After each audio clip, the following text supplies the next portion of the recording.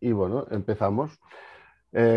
Otro viernes, hoy nos visita un tema muy interesante, pienso, que es el fotoperiodismo. Eh, a ver si lo digo bien, Oliver. Oliver, sí, Oliver de Ros. muy bien. Él está en Guatemala, es un fotoperiodista, es de aquí, es catalán, no sé si del Masnou, no sé dónde Sí, lo he oído, y de sí, de más no, Barcelona, de del más no. Masnou. Y bueno, actualmente desde el 2014 está en Guatemala y ha hecho publicaciones en medios tan importantes como La Vanguardia, el periódico, el diario.es, el New York Times, Washington Post y alguno otro más, seguro.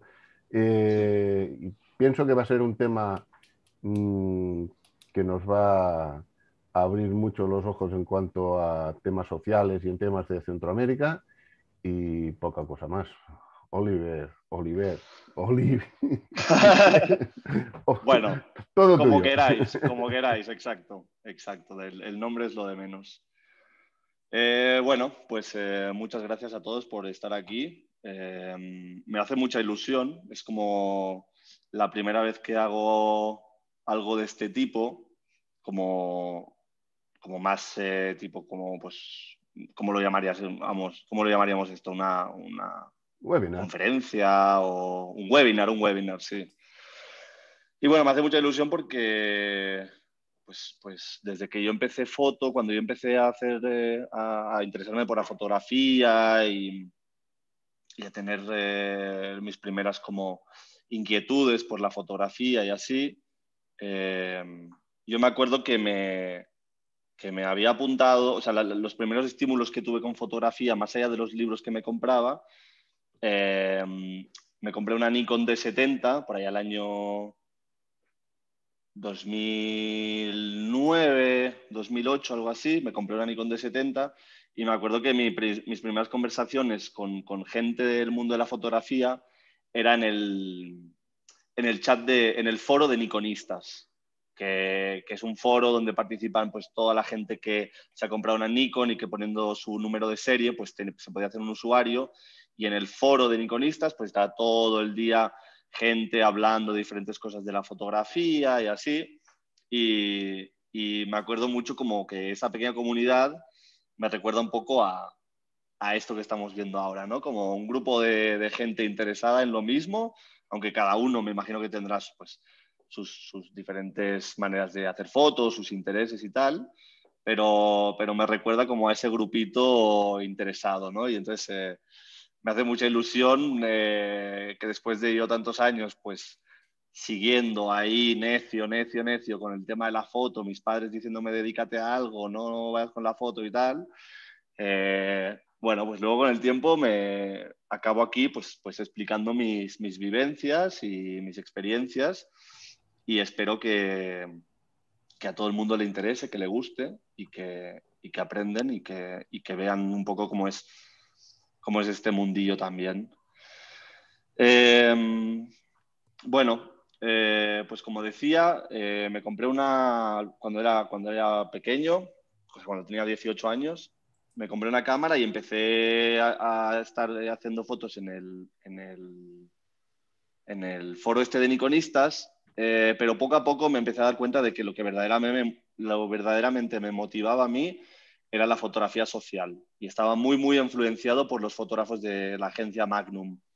Cartier-Bresson, Robert Capa, David Seymour, Larry Towell, bueno, todos los grandes fotógrafos documentales, ¿no? Y yo me influencié mucho con esto, y os voy a compartir pantalla porque sé lo aburrido que es también estar solo viendo una cara, porque también he sido profesor de fotografía bastantes años y sentía que los alumnos estaban mucho más atentos cuando estaban viendo fotos que no cuando estaban viendo mi cara. A ver, vale. Lo estáis viendo, ¿verdad? Sí, sí. Vale. Vamos a venir aquí. Vamos a poner pantalla completa. Vale. Bueno, esa es mi página web.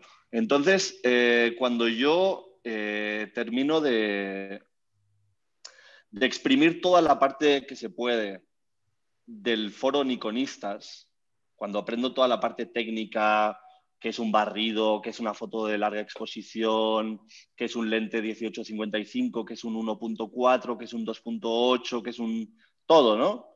Cuando yo llego a eso ya adquirido, me doy cuenta de que necesito como otro tipo de estímulos, que es más salir de mi zona de confort, de estar fotografiando a mis amigos o de estar fotografiando las hormigas o de estar fotografiando las puestas de sol, y me reto a mí mismo a salir de mi zona de confort y ir a algún lugar donde yo pueda encontrar historias humanas, ¿no? Que al fin y al cabo es casi lo que a mí me tira, las historias humanas. Yo decidí estudiar humanidades porque preferí que todo el aprendizaje...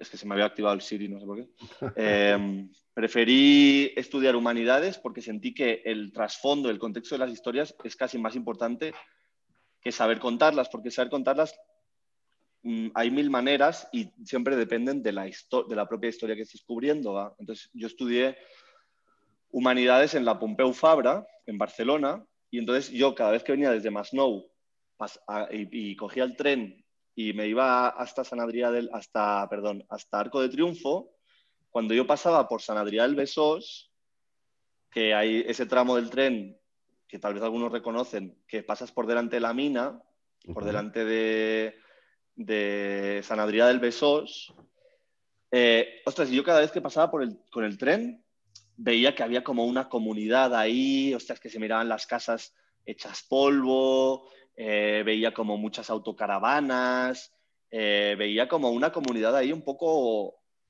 como estancada en el tiempo, cuando a 10 minutos más, si seguía en tren, o sea, está en la gran ciudad cosmopolita mundialmente reconocida como Barcelona, ¿no? Y, hostia, para mí siempre me resultó como un poco impactante que esta gran ciudad,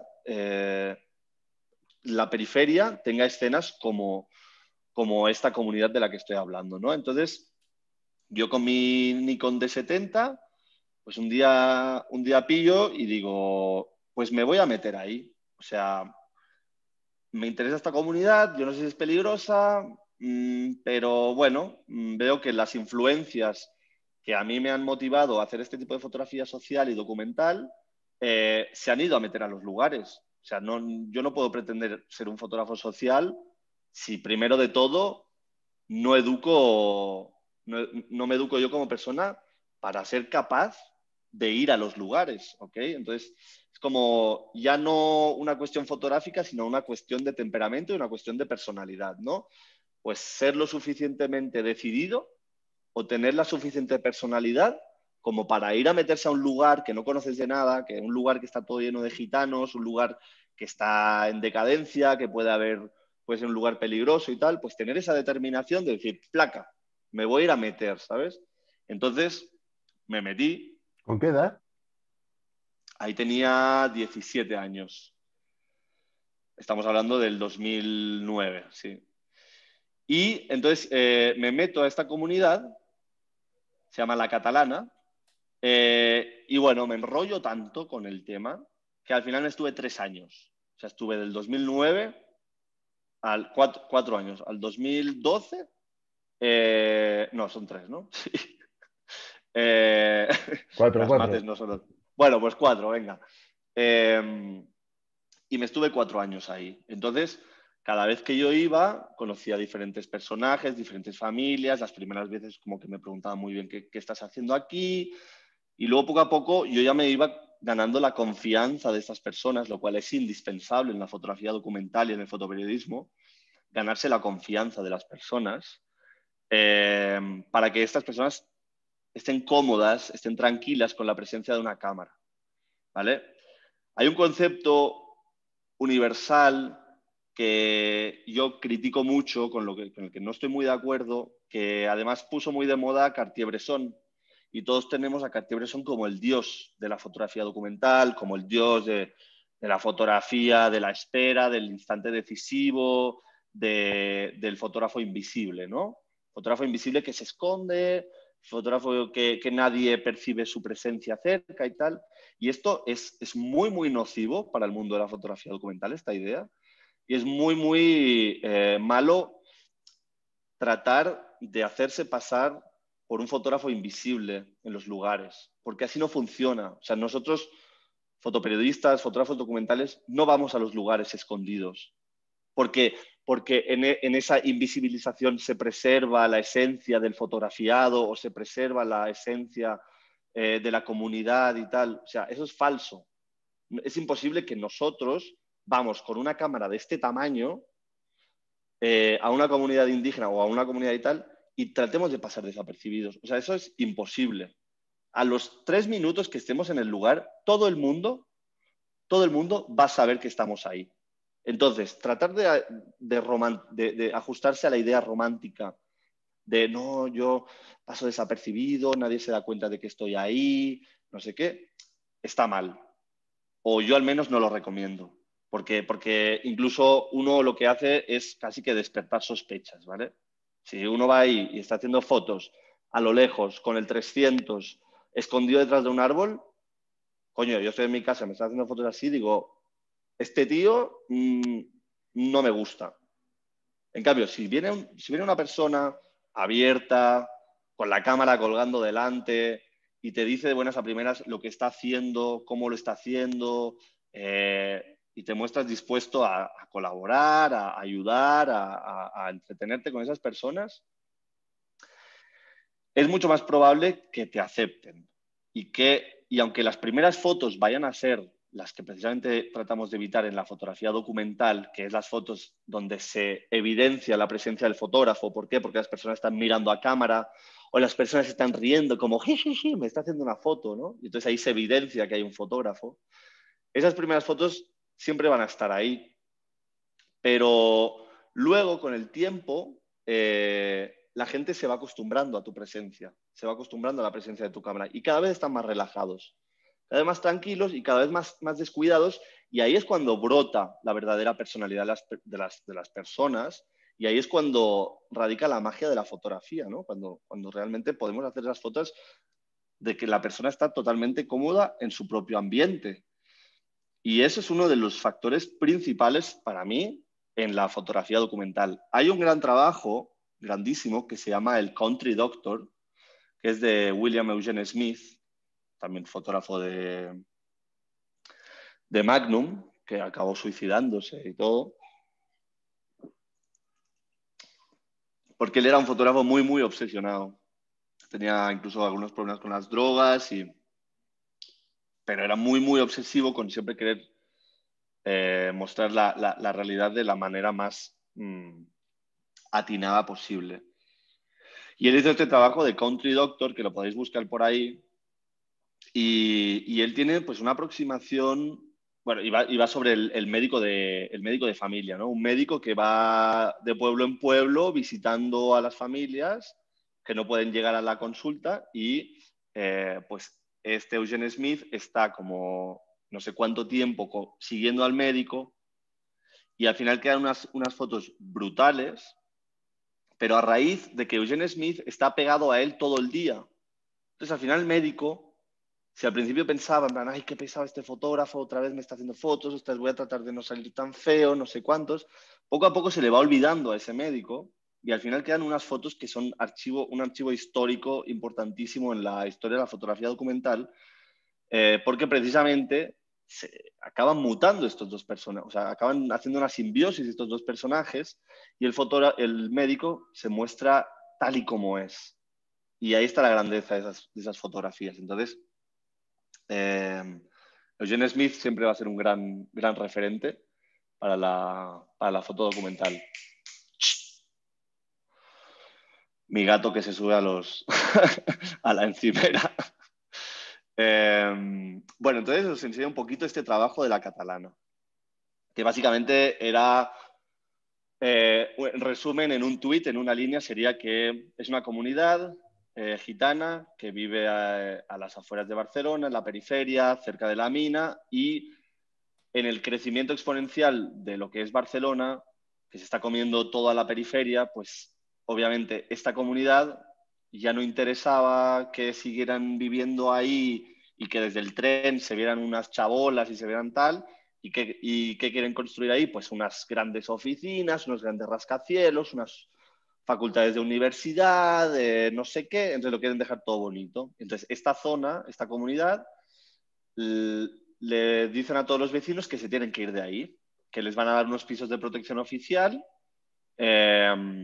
y que en X o Y tiempo, pues que lo van a demoler y van a empezar a construir.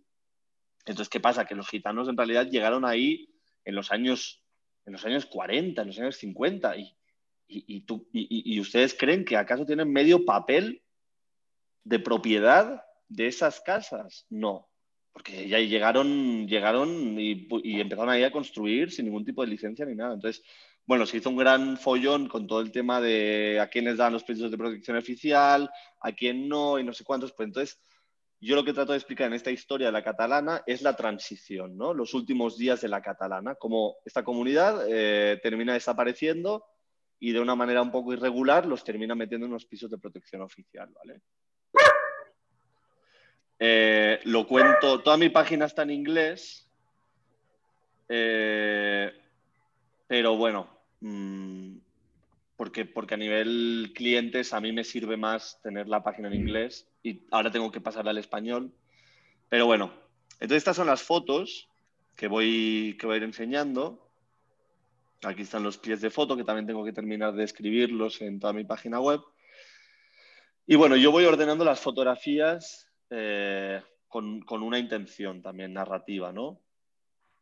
Aquí se ven las torres, por ejemplo, de Sant Adrià del Besós, y aquí se ve un poco la arquitectura de lo que sería como esa comunidad, que es como muy contrastada a lo que es la arquitectura de Barcelona, por ejemplo. O sea, esto se mira como un pueblo normal y corriente, solo que está pegado, ¿sabes? Y luego, pues le doy un toque un poco poético o un poco estético a la imagen con esta camiseta típica que llevan todos los gitanos, que son camisas de mangas, con el efecto del viento, ¿no? Pues bueno, un poco de presentación de la zona, ¿no? Presentación de los personajes. Me gustan mucho los sombreros y las siluetas y siempre trato como de incluir sombreros en mis fotografías. Aquí, por ejemplo, disparo con un diafragma muy, muy cerrado, F9 o F11 tal vez, porque quiero precisamente que tenga mucha información la fotografía, ¿no? Hay una cuestión también que a mí me interesa mucho, que es que vivimos en la era de los 1.4, de los 1.8, del bokeh, del desenfoque, de la profundidad de campo, etcétera, etcétera. Y yo también lo que digo es que todo esto es una gran cuestión de mercadeo. Porque sí es cierto que el 1.4 si sirve en condiciones de baja luz o si queremos congelar movimiento, ¿no? Y las condiciones de luz están un poco bajas y queremos congelar, entonces está bien. Pero hay un uso excesivo del 1.4 o de los diafragmas abiertos por el simple romanticismo que tenemos a los desenfoques. Pero yo siempre he pensado y yo defiendo la idea de que los desenfoques es falta de información o es bloqueo de información. Si tú tienes una imagen y la estás disparando a 1.4 y solo hay un 5% de la fotografía que está enfocada y todo lo otro es ese desenfoque bonito que tanto nos jactamos, ¿no? Que tanto seguimos, estamos hablando de que es una fotografía que solo tiene un 5% de información y que el resto del cuadro es solo una cosa borrosa y desenfocada y con poca información. A nivel de fotografía documental, que lo que se premia es la información y la estética, bueno, también a 50-50, pero tienen que ser informativas las fotografías. Lo que hay que tratar de buscar es que la fotografía tenga muchos planos y sobre todo muchos planos informativos. Entonces, a veces es muy difícil fotografiar con diafragmas cerrados porque precisamente tenemos que tenerlo todo ordenado. O sea, que todos los planos de información, porque ya que todo va a estar enfocado, tiene que estar en un orden muy, muy concreto para que la foto funcione. Luego hay otras fotos como los retratos o cosas así que pueden funcionar también con diafragmas más abiertos, obviamente.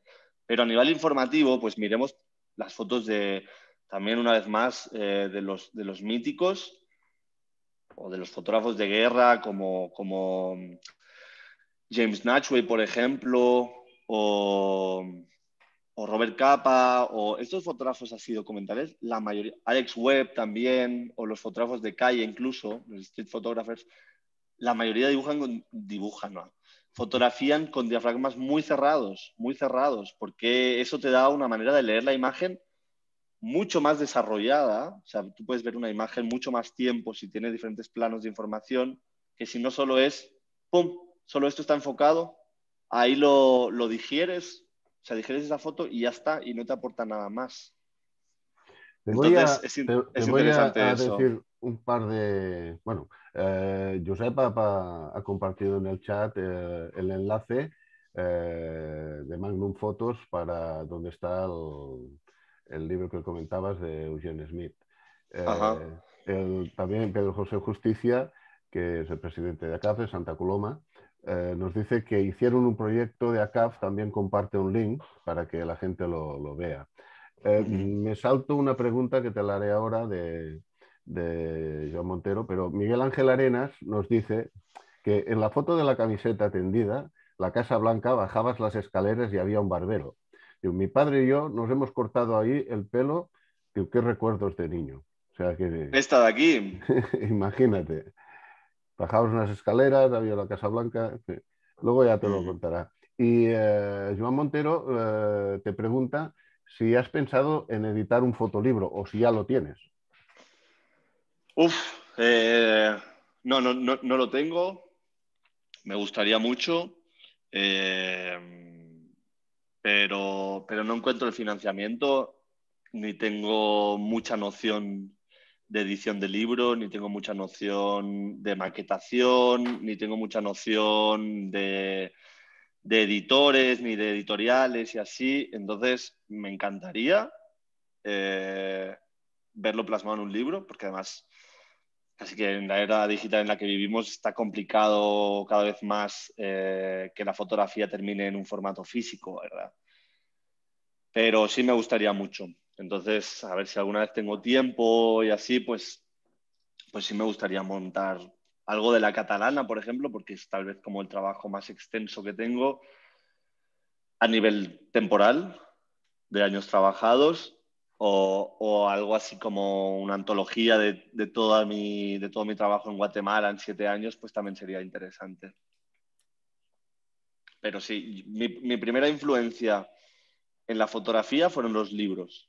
Libros de todos los libros de Magnum. Había una edición de Salvat, me acuerdo, que te mandaban un libro de cada uno de los fotógrafos de Magnum al mes. Entonces yo cada vez una vez al mes recibía un libro de un fotógrafo distinto y me acuerdo que entonces lo miraba, me empapaba de ese fotógrafo, pum, y entonces me iba a la catalana y con ese fotógrafo aquí empapado en la cabeza decía, hostia, voy a tratar de imitar esto, hostia, voy a tratar de imitar esta otra foto y así. Y sí, siento que los libros son un grandísimo estímulo para aprender a fotografiar.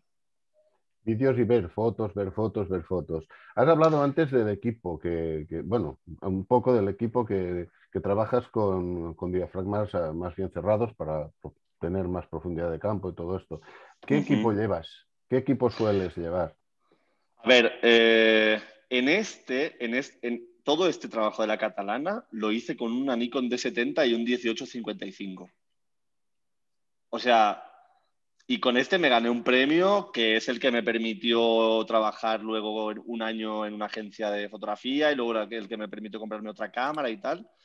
Pero yo cuando le digo a la gente que es con un 1855 y la gente, ostras, yo aquí todo el día contrastando el Sigma con el Tamron y el no sé qué y tal, y les digo, claro, es que muchas veces nos obsesionamos mucho por el equipo y es solo la herramienta. O sea, al fin y al cabo, la foto la tenemos que armar nosotros en nuestra cabeza.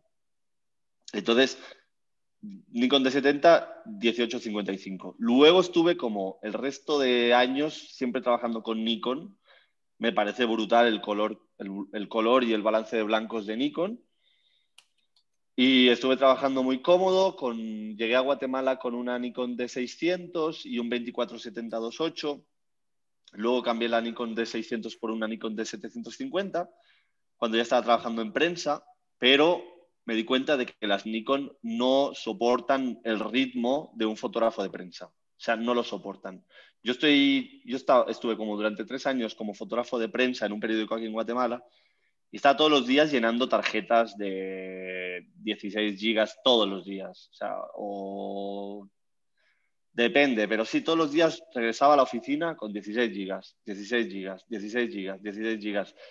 Y normalmente de JPG. Bueno, no, medio disparaba como RAW más JPG. Entonces, pues yo qué sé, tal vez eran como unas 700, 800 fotos al día. Pero las cámaras no aguantan, o sea, las Nikon no aguantan el ritmo profesional de estar todos los días, bla, bla, bla, bla, bla. Y entonces al final me cansé porque estuve como durante 2 años teniendo problemas de cortina con las Nikon y lo llevaba al taller de reparación. A ver, también es cierto que los talleres de reparación en Centroamérica os podéis imaginar cómo son o qué tan profesionales son, ¿sabes? A la hora de cobrar, hostia, todo es perfecto, pero a la hora de que te devuelvan la cámara bien arreglada, pues ya no funciona tanto. Entonces me desesperé y me pasé a Canon. Entonces desde hace 2 años trabajo con Canon y nada, tengo el 24-70, 70-200, porque son los lentes, o sea, los que necesitas para hacer prensa. Y luego tengo un 40 milímetros, un pancake, que son estos pequeñitos, que eso me va muy bien para ir por la calle porque no es tan como vistoso, ¿no? Como si fueras con un 70-200 por la calle, sino que vas con un panquequito que es un segundo, ¿eh?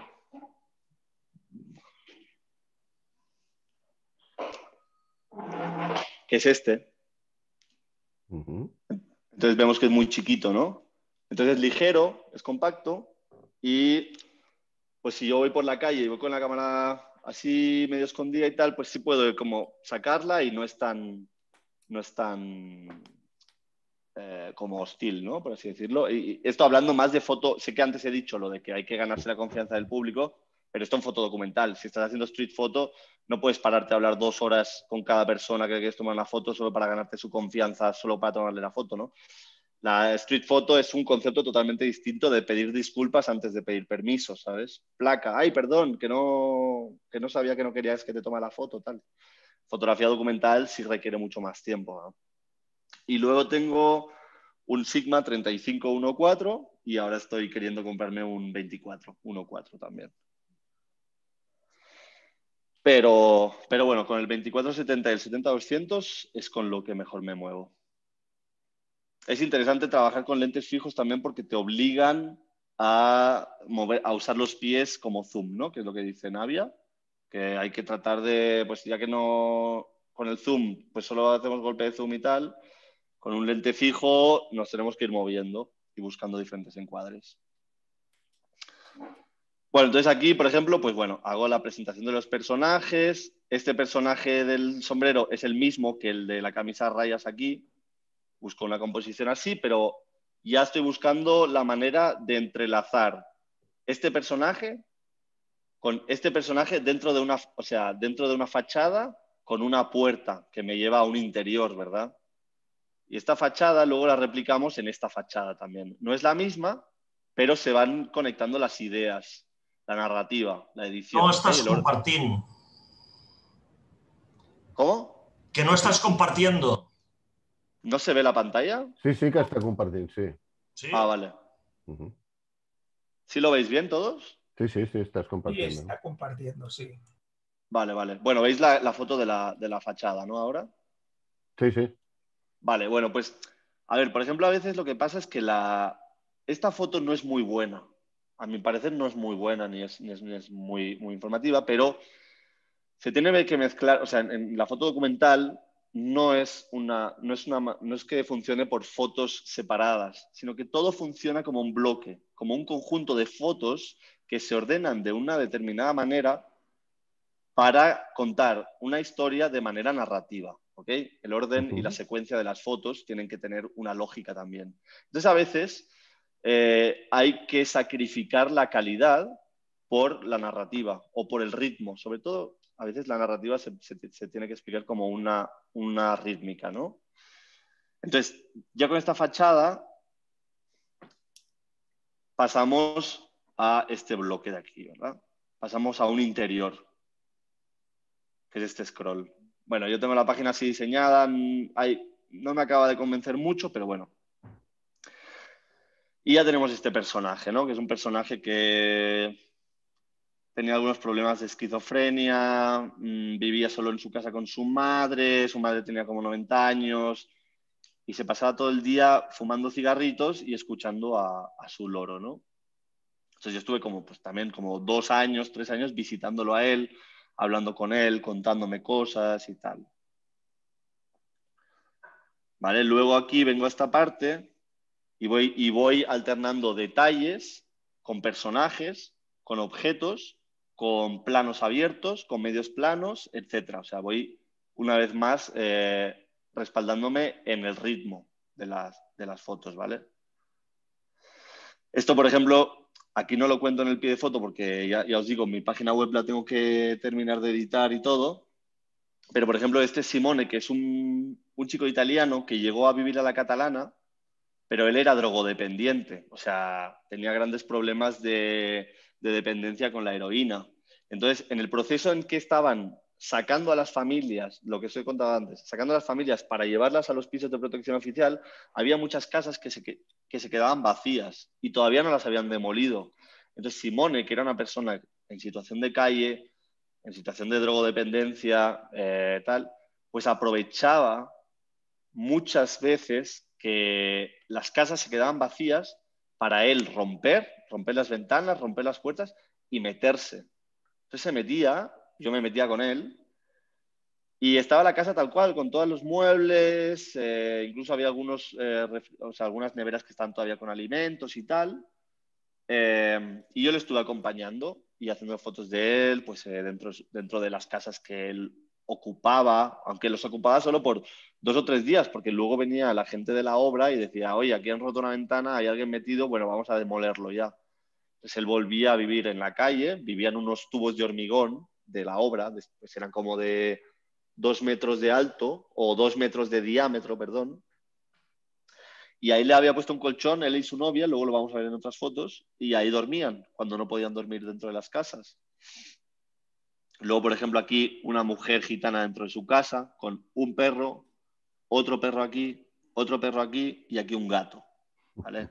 Es como ese desorden, caos constante en el que viven las familias gitanas o que es como un poco la explicación a que ellos llegaron y simplemente se asentaron ahí. Entonces no es como que tuvieran planos arquitectónicos o como que sus casas las hayan diseñado arquitectos o como que tal, sino que las han construido ellos mismos y ese es su estilo de vida. Y aquí un poco en los orígenes, ¿no? Jerez de la Frontera, como toda esta comunidad del sur de España que emigró hacia Barcelona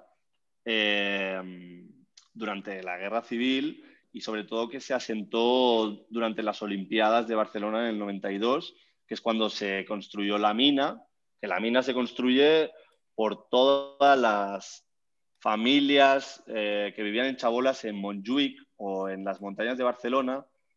Se llegan las Olimpiadas y te dicen, bueno, toda esta comunidad, como no queremos que la ciudad se vea fea porque hay pobreza, entonces vamos a construir la mina, ¿sabes? Y entonces, pues muchas de estas familias llegaron a esta zona, a la mina o a la Catalana. Y luego también un poco aquí los orígenes de la comunidad gitana. Sus formas agrícolas y así.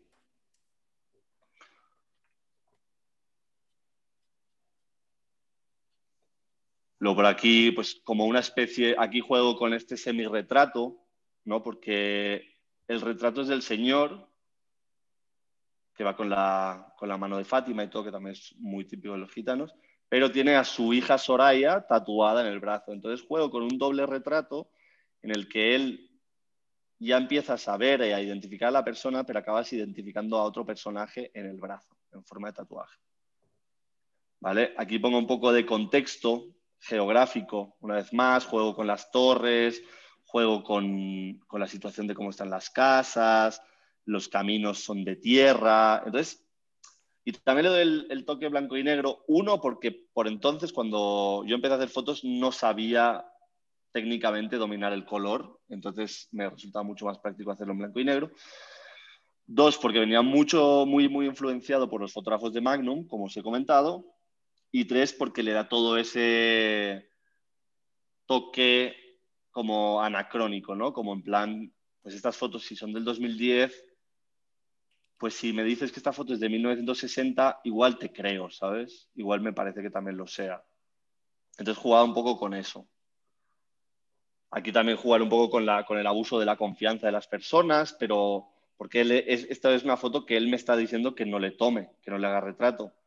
Pero a la vez juego también con todo el concepto de la identidad, de la falta de identidad, del querer proteger tu identidad, de esta zona, de una identidad como comunidad, etcétera, etcétera, ¿no? Aquí, bueno, porque me pareció como curioso el mechero que usaba este hombre, que es una mecha, ¿no? Es de los de mecha. Mira, incluso aquí esta parte de abajo se ve. Y bueno, pues también una vez más alternando retratos con planos abiertos, con planos de detalles y así. Y luego un poco de acción, o sea, fotos de acción que también es necesario, ¿no? Para hacer sobre todo los reportajes heterogéneos, que no sea todo como lo mismo, sino como ir alternando. Entonces, en esta foto, por ejemplo, es un hombre que seguramente desguazó un carro que se había encontrado por ahí, un coche, y le roba todo el cobre y le quita todo el cobre al carro. Pero entonces, claro, el cobre se vende de dos maneras, sucio y limpio. Cobre sucio es el cobre que todavía está envuelto en plástico. Se vende mucho más barato. O sea, se compra mucho más barato o se vende más barato. Pero si luego tú lo limpias el cobre, es decir, lo pones en fuego y dejas que el fuego deshaga todo el plástico y solo te quedas con el cobre, se vende mucho más caro. Entonces este hombre pues estaba ahí con el poco cobre que podría tener, quemándolo para limpiarlo, para luego ir a venderlo. Pues ese era su trabajo. Y claro, y quemar cobre, o sea, esas llamas, ahí está en blanco y negro, pero esas llamas eran de color azul. O sea, el nivel de toxicidad que estaba, bueno, yo también, pero que estaba expirando este hombre todos los días, pues era preocupante.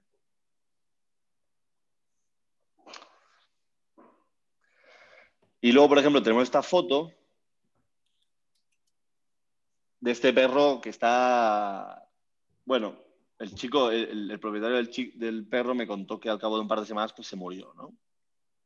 Porque obviamente pues es también toda esta parte cultural de querer tener un perro, de la compañía, de la mascota, del bla bla, pero luego se contrasta con la dejadez absoluta, con el olvidarse que a un perro hay que darle de comer, con olvidarse que a un perro hay que bañarlo y con olvidarse que a un perro hay que sacarlo a pasear. Entonces aquí vemos un perro atado, lleno de moscas y famélico, ¿vale? Entonces, aunque yo esté fotografiando a un perro, la situación de este perro me está hablando de toda la comunidad. O sea, me está explicando una realidad.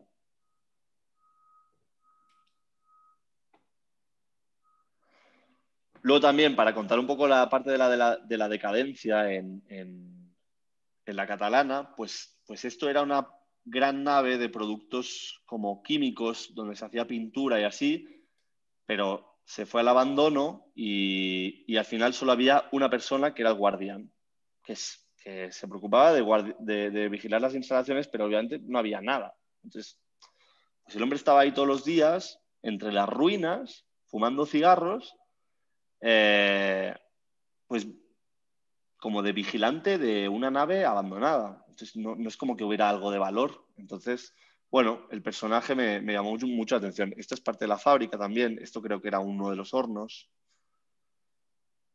Las herramientas. Y aquí está él, una vez más, patrullando por la antigua fábrica abandonada. Pero claro, esto lo ves y parece que sea una zona de guerra. Parece que lo hayan bombardeado, o podría ser Sarajevo, yo qué sé. Pero, por ejemplo, esta foto está muy, muy influenciada por las fotos de James Natchway. No sé si lo conocéis. Ujú. Pues como que pues ese día yo iba con imágenes de él en la cabeza. Entonces, con imágenes de él y yo me dejé mucho influenciar por él. Vale, luego seguimos scrolleando. Tenemos la imagen de un coche que se había incendiado sospechosamente también en un parking. No sé si para cobrar el seguro o no sé muy bien lo que había pasado, pero también seguimos un poco con ese complejo imaginario de decadencia, como de pobreza, de cosas como pues esto, destrozadas, olvidadas, quemadas y así, ¿verdad?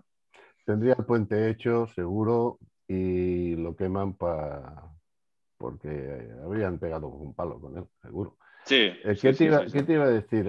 Has comentado antes que habías ganado un premio con las fotos de la catalana, con este reportaje. ¿Qué premio Sí. habías ganado? Bueno, es un premio que está muy, muy bien, de hecho, porque me dieron 5.000 euros, Ujú. pero es el proyecto del Connectat al fotoreportatge, que lo organiza la Caixa. Y lo organiza, pues no sé si era con el carnet Jova o algo así, pero eran solo 5 fotos. Y yo lo mandé así como en plan, bueno, pues parece que está bastante bien el premio y tal. Y lo mandé así como, bueno, probemos. Y sí, sí, y me llamaron y me dijeron, has ganado el primer premio. Y, y eran 5 fotos y sí, sí, con eso me sirvió para comprarme una cámara, me sirvió para luego ir a hacer un viaje a Israel, que estuve durante 3 meses también tratando de hacer como reportajes y así, aunque luego no logré publicar en ningún lugar ni nada. Pero sí, es en el premio del Connectat al reportatge de la Caixa. No te Era. pregunto las fotos que deberías hacer en 4 años en la mina, porque sería igual ni las tienes contadas, ¿no? Pero más o menos, ¿cuántas fotos crees que un reportaje de estos debe incluir? Más o menos. Mm, depende de la calidad, sobre todo, pero si yo, por ejemplo, yo creo que este está a 40, creo que son 40 fotos las que tengo. Si es muy extenso y es muy vasto, puede ser, 40 puede que sea un poco cansino, un poco largo. Yo recomiendo que para un fotoreportaje, entre 20 y 25 fotos, esté ya todo solucionado. Y de estas 20 o 25 fotos, ¿cuántas has tirado? Uf. Eh, 4 tarjetas de 16. A ver, de mi proyecto de la catalana, tengo como unas 40 visitas. O sea, unas 40 veces que fui yo a la catalana durante estos 3 años, ¿sabes? Que era como pues, una vez al mes, un poco una vez cada 3 semanas, tal vez iba. Eh, y sí, eran como tarjetas de 16 que con RAW creo que me dejaban tirar como 500 fotos, pues unas 10.000 fotos tal vez. Tela para elegirlas, ¿no? Uf. Sí, pero bueno, claro, todo el proceso de edición es muy, muy importante. Entonces yo lo que hacía era que cada día que yo llegaba ya hacía una criba y decía, bueno, sí, sí, sí, sí, sí, no, no, no, no, no, tal, tal. Había días que volvía y no había ni una foto rescatable. Había días que volvía y rescataba 5. Entonces, de las que iba rescatando, yo lo iba poniendo todo en una carpeta masivo, ¿no? En plan, estas son las fotos que se pueden salvar. Entonces, yo tenía una edición grande de tal vez 200, 250 fotos de esas 10.000 y luego de esas 250 ya le buscas toda la narrativa, le buscas todo el orden, le buscas todo el ritmo y lo acabas, pues, no sé, bajando la edición a 40, 30, 20 fotos. Lo que es muy importante en realidad es que para mí es más importante tener capacidad de síntesis antes que poner muchas fotos. O sea, es mejor poner pocas fotos y que sean muy buenas a poner un montón y que de ese montón el 60% sean fotos como que meh. Porque en realidad al final te vas a quedar con esa sensación, como que el reportaje es medio, pues X, ¿ok? A ver. ¿Cuánto tiempo? ¿Ya llevo 1 hora? Sí, sí, ya llevamos una hora, Oh, por eso digo, bueno, vamos a va, ver. voy a picarle, voy a picarle. Vale. Aquí, por ejemplo, lo de que decía que invadían las casas, pues de la misma manera había familias que todavía no se habían ido, pero tenían miedo de que los drogadictos o tal entraran a su casa pensando que estaban vacíos. Entonces, la catalana hubo una época que se llenó de carteles que dice, aquí vive gente. Y este es el que la mejor ortografía tiene. Había muchos que ponían, aquí vive gente con B alta, con K y así, pero era como muy llamativo que vas y que en una casa haya un graffiti donde pone, aquí vive gente. O sea, me parece hasta como existencial, como medio filosófico, ¿sabes? Me pareció potente. Entonces, ¿por qué pongo esta foto aquí y por qué pongo esta foto aquí, una al lado de la otra? Porque compositivamente y a nivel de elementos me parece parecido, ¿no? Tenemos 2 cuadrados en la foto de la izquierda y 2 cuadrados en la foto de la derecha. Entonces son como fotos que se pueden poner una al lado de la otra. Compositivamente son bastante parecidas. Una es una fachada de una casa, la otra es la parte trasera de una furgoneta, la típica furgoneta de gitanos que lleva pues un póster de una tía en pelotas ahí colgado, ¿no? Y les da igual. Y entonces luego, ¿cómo enlazo esta fotografía con la siguiente? Pues precisamente me voy con el tema de la chica desnuda. Entonces aquí tenemos a la novia de Simone, el muchacho que os he enseñado antes que está durmiendo en una casa y tal. Pues esta es Sara, es su pareja, y ahí está el colchón dentro del tubo de hormigón donde vivían ellos dos.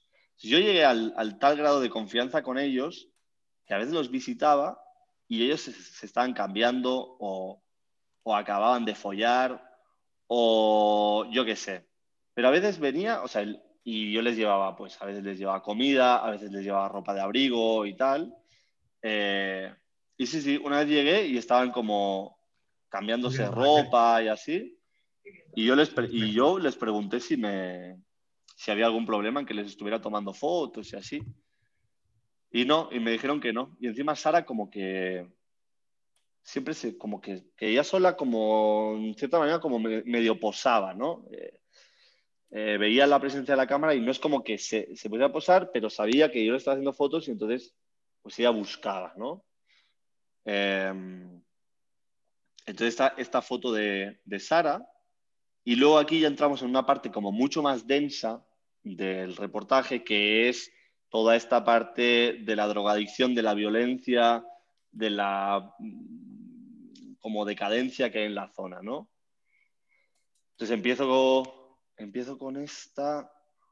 Sí. Empiezo con esta, que es un juego visual como muy rápido de entender, un círculo, unas manos, hay una lectura muy fácil. Luego, una vez más, me vengo con el tema de los tatuajes, de las siluetas, okay, que también siento que es como bastante identificativo con la comunidad. Una vez más, las torres de San Adrián. Luego, en una de estas obras, como de golpe desenterraron una pistola. Entonces ya se mira la pistola toda oxidada y a mí lo que me interesa precisamente es ese óxido, porque ese óxido significa que ese arma fue enterrada y el hecho de que fue enterrada es que hubo una intención por enterrarla. Es decir, que seguramente se cometió, pues como tú has dicho, Felicia, seguro que se cometió algún acto criminal y quemaron el carro y enterraron la pistola. Y años y años y años después se desenterró la pistola, ¿no? Entonces, yo siento que tiene toda una potencia, una historia detrás ahí, también, una vez más, que explica, que cuenta la realidad de estos barrios. Y luego, pues aquí, al lado de las vías de del tren, la historia de los politoxicómanos, ¿no? Pues ninguno de ellos dos es Simone. De hecho, aquí, este día yo iba con un colega fotógrafo, que incluso aquí se puede ver un poco su lente, no sé si lo veis, Sí, sí. pero bueno, aquí están como pues preparándose el picotazo. Luego esto es otro vecino que durante una pelea, pues placa, le habían clavado el puñal. y luego lo habían tenido que operar. Y entonces aquí se ven las incisiones de cuando lo operaron, en el ombligo y todo. Y luego es Sara y Simone. Entonces aquí está Sara en un espejo, porque a ella cada vez que consumía heroína le daba como mucho nervio por reventarse los granos de la frente. Y entonces esa era como su neura, ¿no? Y de fondo se ve el brazo de Simone con una de las jeringuillas colgando. Y luego, después de todo como este momento tan tenso, lo termino, todo el reportaje, con estas dos fotos. Una que simula como el globazo o el pelotazo que te debe dar la heroína o lo que sea, que es este hombre así. Siento que es una imagen que está totalmente torcida, pero compositivamente se aguanta o está equilibrada. ¿Por qué? Porque este elemento de aquí, la jeringuilla, está en paralelo con el marco de la foto. Entonces eso hace que se aguante toda la foto. Si nosotros vemos la foto, al elemento al que siempre nos dirigimos es a este. Vemos la situación de la persona, el cigarrito y no sé qué, pero todo al final nos acaba dirigiendo a esto. ¿Ok? Entonces por ahí yo siento que compositivamente se aguanta la fotografía. Y luego, para cerrar el reportaje, para darle como un cierre un poco más poético, le doy esta foto, que siento que hay como un paralelismo entre el brazo de él, esta forma, con esta forma, ¿vale? Y entonces la proyección de la sombra en una de las paredes y así, y le doy como ese cierre un poco más de onírico, ¿no? O como de sueño, o como una manera de como un final abierto. ¿Vale? Y con esto termino el reportaje que me tomó 3 años en la Catalana, pero hay millones y millones de otras fotos. Antes has comentado que, bueno, lo has trabajado en blanco y negro, primero porque eran tus principios y no dominabas el color, pero supongo que las fotos igual las tomabas en color. Sí, Si, sí, sí, sí. si las tienes en color, ¿no te ha dado el gusanillo de intentar editarlas en color? Sí, pero es que yo era muy malo. O sea, yo era muy malo controlando el color de entonces. Ahora que llevo, pues estos 7 años en Guatemala, que Guatemala precisamente es uno de los países con más colores del mundo, o al menos yo qué sé, yo ya estoy como saturado, y he aprendido como a entenderlo y a conocerlo, el color, cómo funciona. Pero es que por entonces ni exponía bien, ni controlaba bien el balance de blancos, ni controlaba bien las obturaciones, ni los diafragmas, ni nada. Yo siento que en este trabajo en concreto no tiene mucho significado el color. Antes has comentado que, bueno, que el miércoles te viene una columna de inmigrantes, Sí, supongo de paso para Estados Unidos y tal. sí. Eh, Cuando haces tus trabajos, ¿te concentras en grupos o intentas a veces coger la historia de alguien en particular? Eh, te, y ya que lo has mencionado, y vamos a entrar a este reportaje que es de migración, y Ujú, precisamente lo que estabas contando, pero es como que un poco depende de lo que la propia historia te pida o te exija, ¿no? Porque, por ejemplo, para esta historia, que la hice en el 2008, que era una caravana de 8.000 migrantes hondureños cruzando hacia Estados Unidos, eh, la historia era que ellos estaban logrando cruzar hasta Estados Unidos porque precisamente eran un bloque en masa, cuando la migración siempre se ha contado como pequeños grupos que contratan a coyotes, que son los polleros, los que los llevan hasta Estados Unidos. Pues por primera vez en la historia creen que la manera más segura de cruzar México, de evitarse el narco, es que vayan todos juntos. Porque si vas en un grupito de 5, te vienen 6 o 7 narcos y te dicen, bueno, os vamos y os matamos. Pero si van 8.000, aunque te vengan 50 narcos, no se van a poner a dispararle a 8.000 personas con todas las cámaras de los medios de comunicación apuntando, ¿no? Entonces, depende de la historia.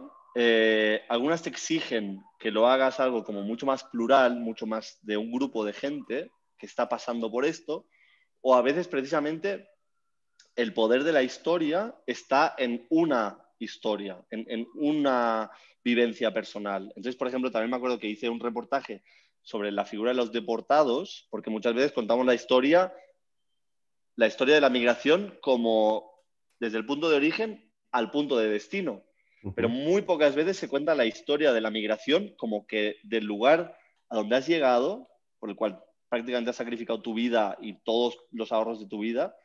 Luego vienen las autoridades norteamericanas y te pillan y te devuelven al lugar de donde tú estabas siendo amenazado de muerte, por el cual tú vendiste tu casa para poderle pagar al coyote y regresas a un lugar que no tienes ni casa, ni tienes propiedades y encima tienes a los malnacidos de los pandilleros que se acuerdan de ti y se acuerdan de por qué huiste y vienen a matarte, ¿sabes? Entonces, muchas veces en la historia de la migración, pues en esta de los deportados, yo contaba la situación de un pandillero que fue deportado a Honduras y que de Honduras se tuvo que ir a otro lugar de Honduras porque igualmente lo querían matar, ¿sabes? Entonces, puedes contar el fenómeno de la migración, por ejemplo, en masa, como la desesperación de un montón de gente, o luego puedes contar la historia de una sola persona como la realidad a la que se tiene que ajustar muchísimos de los migrantes, ¿sabes? Entonces, no es como que haya una manera de hacerlo, sino que depende de tu lectura que tengas con la noticia o con la historia que tú quieras contar.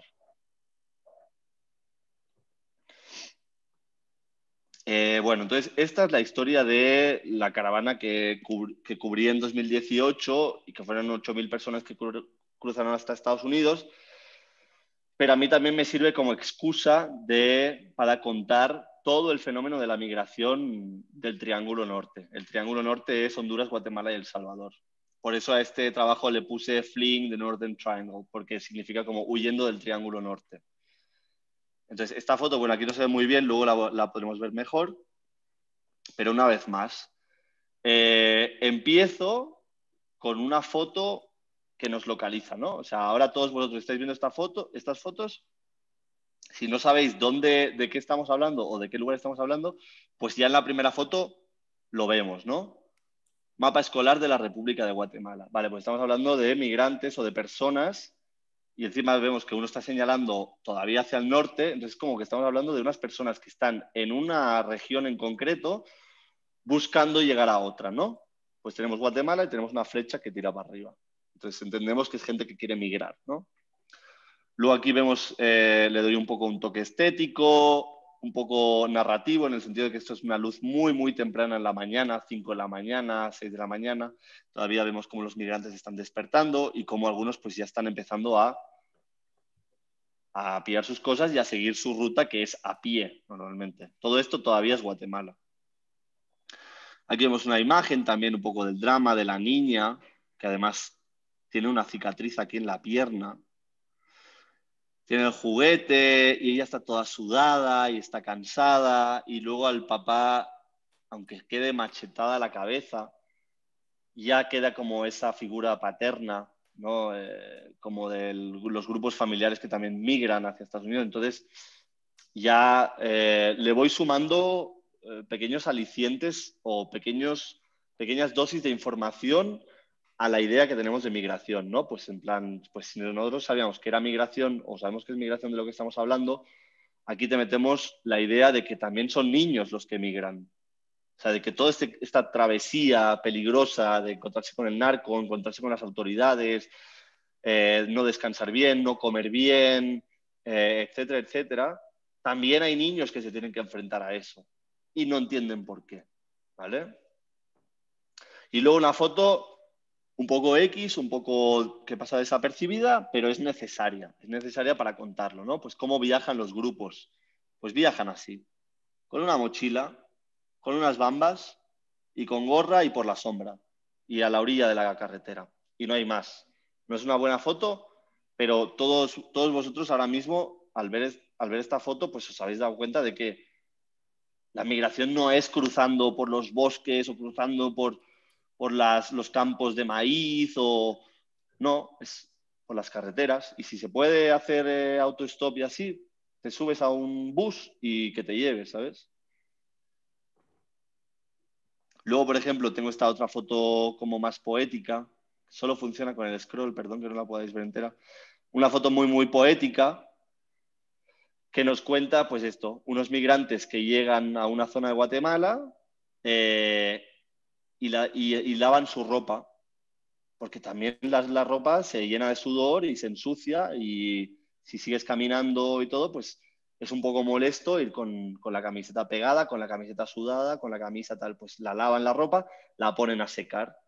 Y la ponen a secar y a mí me gusta mucho esta imagen porque la camisa se está inflando, ¿sabes? Se está secando delante de esta planicie o de estas montañas tan verde y todo, pues me parece que es una imagen que funciona bien narrativamente para seguir contando el fenómeno. Luego foto de detalle, pues foto de detalle de unos pies totalmente heridos de tanto caminar. Y aquí, por ejemplo, es una foto que funciona muy bien porque el asfalto es oscuro y él tiene como unos polvos de talco o algo así, entonces solo hago una medición puntual a la luz de aquí. Entonces, ¿qué hace? Que todo quede como más subexpuesto y toda la atención compositiva nos vaya directamente aquí. ¿Vale? Por ejemplo, esto sí sería una foto que funciona bien con un diafragma muy, muy abierto. ¿Por qué? Porque la información de la textura del asfalto no me interesa o la textura de la pintura del asfalto no me interesa. Lo único que me interesa es que el espectador vea esto. Entonces, ahí sí es un buen recurso para utilizar diafragmas abiertos, para usar viñetas o para subexponer. Y luego aquí vemos cómo están llegando los migrantes que son de Honduras a Ciudad de Guatemala, a la casa del migrante. Pues mira, pues algunos vemos que llegan, y estos son chavales. Bueno, mira, van con chancletas. Pero son chicos, imagínense los hombres y las mujeres que tienen que emigrar de 60 años, de 70 años, porque los hay. Pues este hombre, este chaval, que no debe tener ni 20 años, y ya llega agotado. Y eso que solo está llegando a Ciudad de Guatemala. O sea, de ahí le falta cruzar todo México, ¿sabes? Aquí vemos un poco cómo llegan a la casa del migrante en Ciudad de Guatemala, tal, pues pequeños bloques informativos, ¿eh? También esto, la casa del migrante, no es una gran foto, pero ya nos estamos ubicando. Y luego esta foto, a mí sí me parece bastante buena, o sea, me gusta bastante. ¿Por qué? Porque tenemos dos factores muy, muy claves.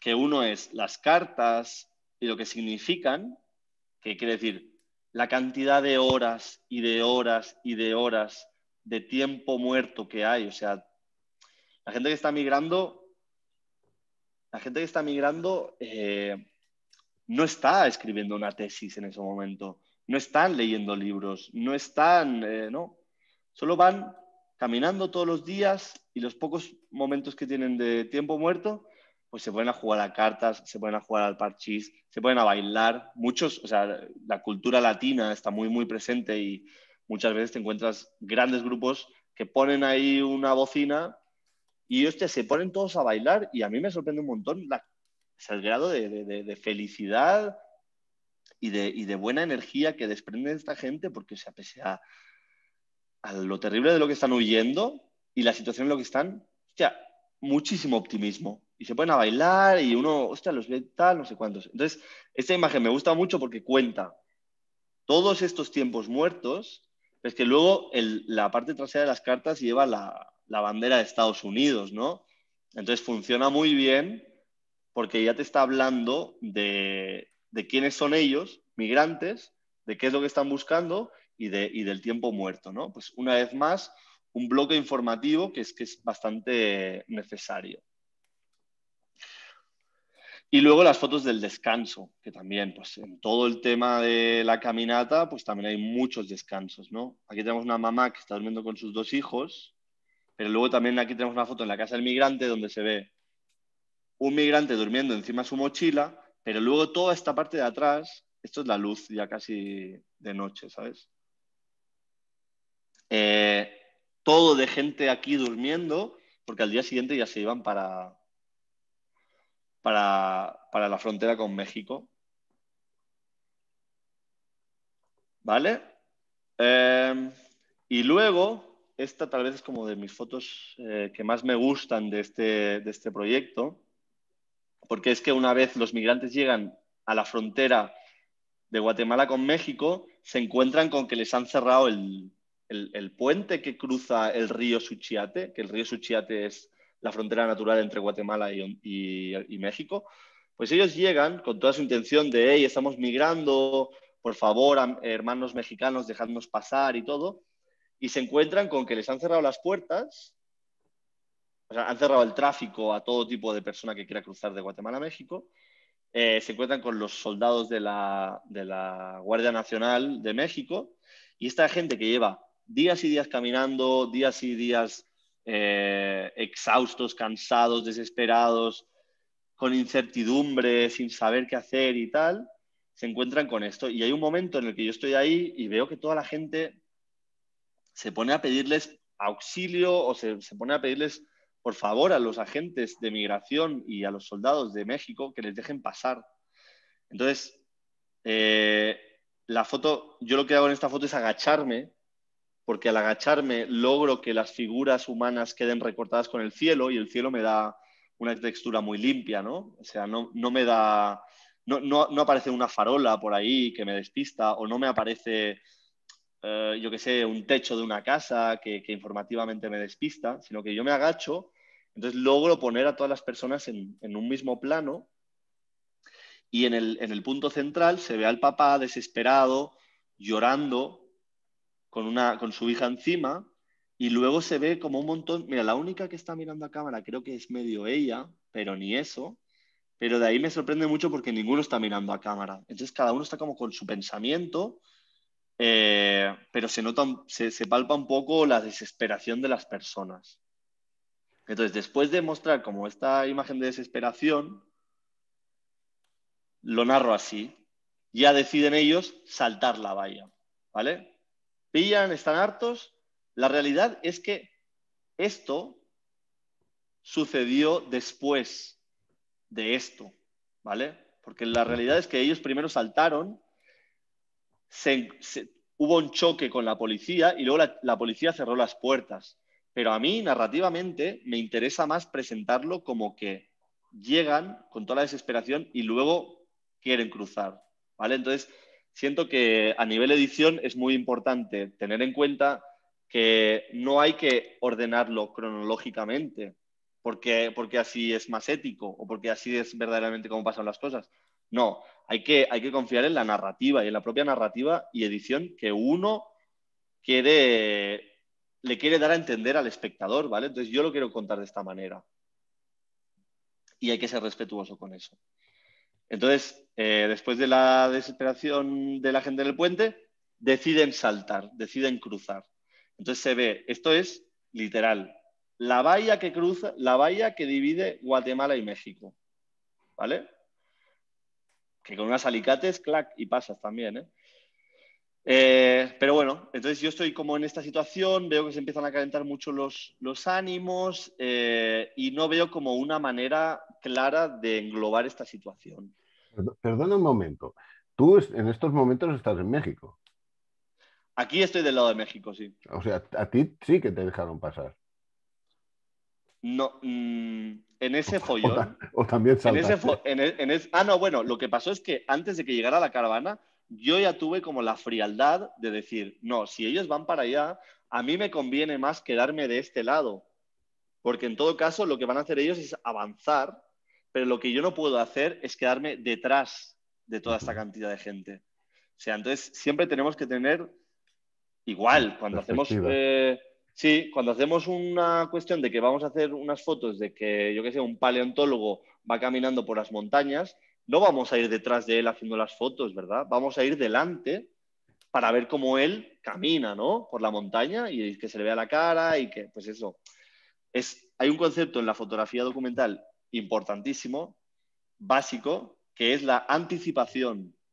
O sea, la capacidad que tenemos nosotros de leer la situación, de saber hacia dónde van a tirar las cosas y de encuadrar la imagen antes de que suceda. Entonces, cuando ya va a pasar y tú estás preparado, plap, y haces la foto y entonces te queda. Pero hay que tener muchísima capacidad de anticipación Ahora que, o de previsión, ¿sabes? ahora que hablas de encuadrar, ¿reencuadras después o...? o la foto O tal sea, cual? de cropear. Sí. No, no, Sí. no, no. O sea, lo mínimo. De hecho, yo que trabajo para una agencia, que es la Associated Press, que es la agencia americana de noticias, en sus mandatos Sí. obligatorios, que no te permiten, obviamente, trucar las fotos, ni nada de clonar, ni nada de parches, ni nada de tampones, de nada, nada, nada. Solo te dejan un poco de contraste, exposición y ya. Y sí te dejan, o sea, cropear la foto, pero te dejan cropearla un 5%, Ujú. no más de un 5%, lo cual significa apenas como 2 píxeles por cada margen. Entonces, las fotos que yo siempre tomo son tal cual. O sea, esa es la composición. Y bueno, entonces en esta foto vemos pues esto. Es muy simbólica porque representa los jóvenes, una generación de migrantes jóvenes saltando hacia un nuevo país, luchando por huir de la violencia o de la mala vida que tenían en Honduras, ¿no? Entonces me gusta mucho porque son justo estos tres. Me gusta mucho el detalle del pie, porque justo está como haciendo el esfuerzo ya de cruzar. Y luego esto de aquí, bueno, me molesta un poco este fotógrafo, la verdad es que me jode bastante, porque es como que no estaba haciendo nada ahí y es lo único que para mí afea la imagen, pero esto de aquí es un jeep del ejército de Estados Unidos, que son los jeeps estos que los J8, que los donan a los gobiernos de Guatemala, Honduras y El Salvador. Y estaba ahí en medio como en tipo de intimidación, en plan, no os vayáis a pasar, que aquí están los J8 con metralletas y no sé qué. Hostia, y los migrantes, o sea, por poco le dan la vuelta, ¿sabes? A los jeeps estos. Y luego está esta otra parte. Como al final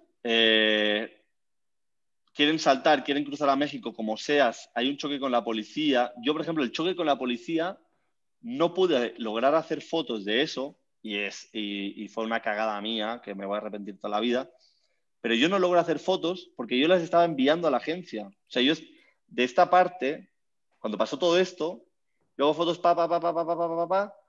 y me llaman de la agencia y me dicen, envía las fotos. Entonces yo para enviar fotos tengo que hacer, sacar la tarjeta, ponerla en mi ordenador, descargar las fotos, revisarla tal, editar, escribir un pie de foto, escribir la fecha, no sé cuánto tal, en inglés y mandarlo. Y para eso, o sea, si tengo toda la suerte del mundo, me tardo 15 minutos o 20 minutos. Pero en esos 15, 20 minutos ya había habido todas las cargas policiales y todo, y yo cuando regresaba ya estaban todos los migrantes heridos y no sé qué tal, entonces yo me lo perdí. Pero bueno, gajes del oficio, ¿eh? Y al final, pues tan desesperados están ellos que deciden saltar al río. Pero si vemos, es que el agua, mira por dónde llega, ¿eh? Por la cintura. O sea, no están saltando a un río que tenga 3 metros de profundidad de agua. O sea, se están saltando a un lugar donde fácilmente puedes caer y partirte las dos piernas.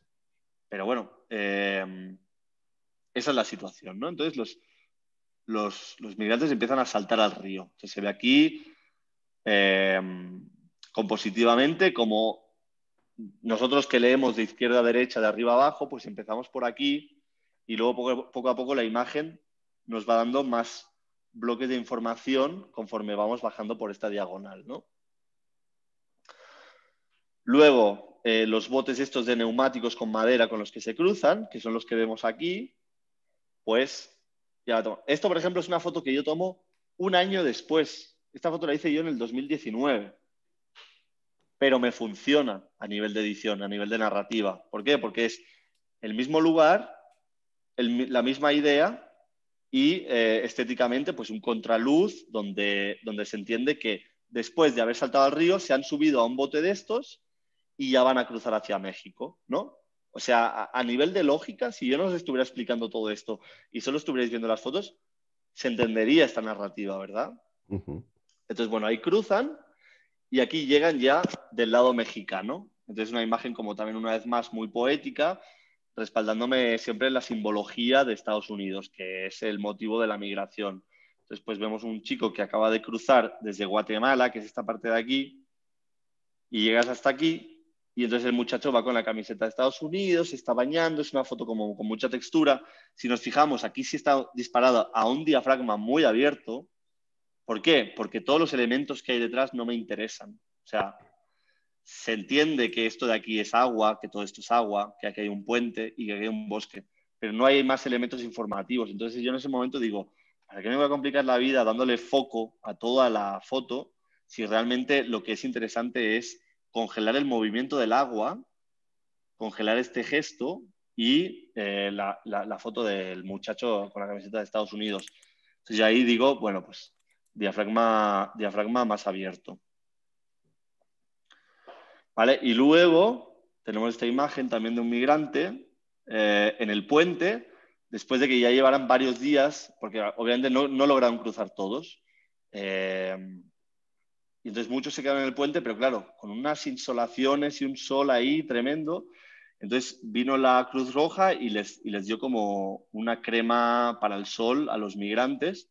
Entonces estaba muy gracioso porque todos están así pintados, que parece casi que una máscara. Y bueno, justo ese día pues salió un arco iris y tal, y me pareció bastante llamativo. Luego ya pasamos al lado de México. ¿Ves? Aquí vemos que está la bandera de México, la Marina.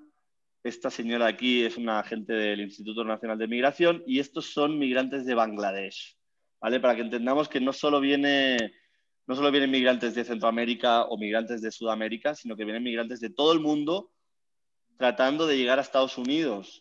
La única manera que puedes llegar a Estados Unidos es por México, la manera más lógica. Entonces, había migrantes de todos los países, de todos los países. Entonces vemos cómo es un soldado diciéndole a esta gente de Bangladesh que se queden de un lado de la carretera. A nivel de composición, pues vemos soldado y siguiente foto, soldado, ¿vale? Vemos la Procuraduría General de la República, Estados Unidos mexicanos. Esto es en Arriaga, que es casi tocando Oaxaca, que es de donde sale el tren de la bestia, que es este tren donde se suben todos los migrantes, porque es un tren que te lleva hasta Estados Unidos. Pero es muy peligroso porque en la ruta están los narcos o hay gente que se cae del tren y se les cortan las piernas y bueno. Entonces aquí tenemos la imagen del soldado y entonces vemos que lleva un fusil. Entonces en el fusil, la siguiente imagen, ponemos otro fusil, o bueno, fusil de asalto o una AK-47 y tal. Entonces, ¿quién es este personaje, no? ¿Por qué de golpe salto de aquí a aquí? Pues esta persona, bueno, por pura estética, porque del fusil de uno me lleva al otro. Pero la historia de este personaje es que él es un coyote. Y es una foto tomada en Guatemala. Pero es muy importante incluir la imagen del coyote porque es un personaje indispensable para contar la migración, porque los coyotes son aquellos que realizan el servicio de cobrarle al migrante y luego pagar la mordida, o cómo sería, pues Sí, sí, la mordida se entiende Sí, perfectamente. pues la mordida, los coyotes se encargan de pagarle la mordida al del Instituto Nacional de Migración de México, el que le tiene que pagar la mordida al narco número 1 que está en Oaxaca, al narco número 2 que está un poco más arriba, al narco número 3 que está un poco más arriba y luego a las autoridades migratorias que ya están en Tijuana o que están en Tamaulipas y todo, y luego ya de pagarle a los gringos también, porque o sea, decimos que sí, que la superdemocracia, pero ahí todos los agentes del Instituto de Migración norteamericanos están igual de comprados.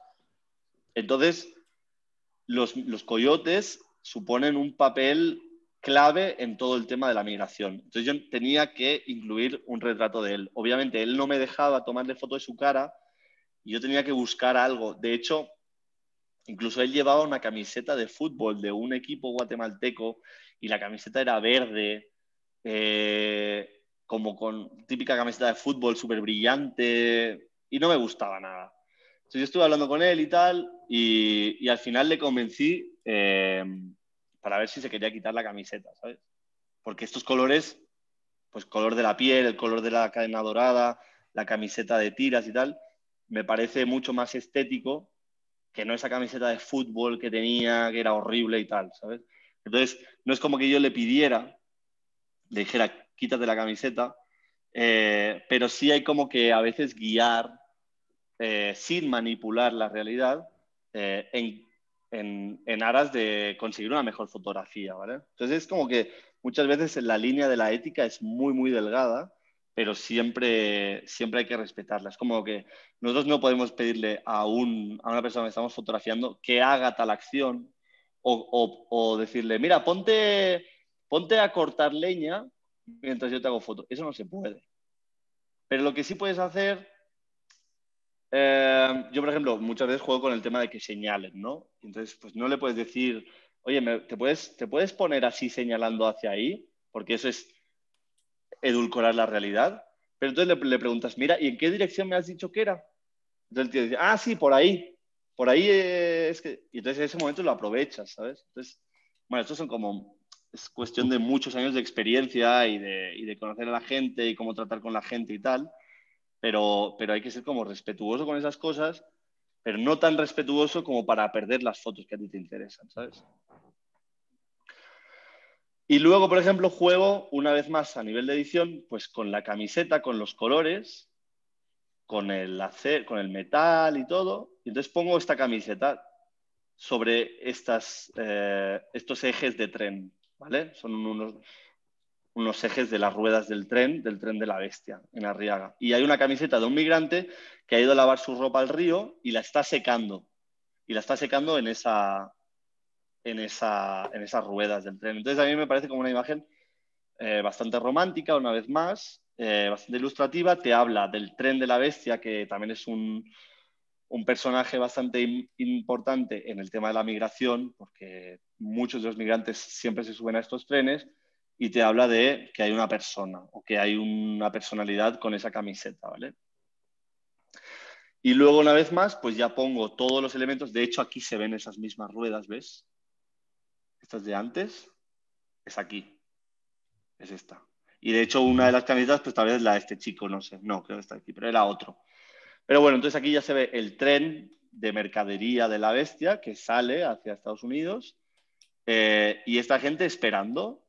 Y como hace mucho calor, ellos están perfectos porque están apoyados en el frío de estos trozos de hierro, ¿sabes? Entonces, ahora estuve un buen rato con ellos y claro, ellos al principio eh, pues sospechando de mí y qué quería y qué estaba haciendo y no sé qué y tal. Entonces sí tuve que estar como con ellos un par de horas para que finalmente pues ellos se muestren así de tranquilos, ¿no?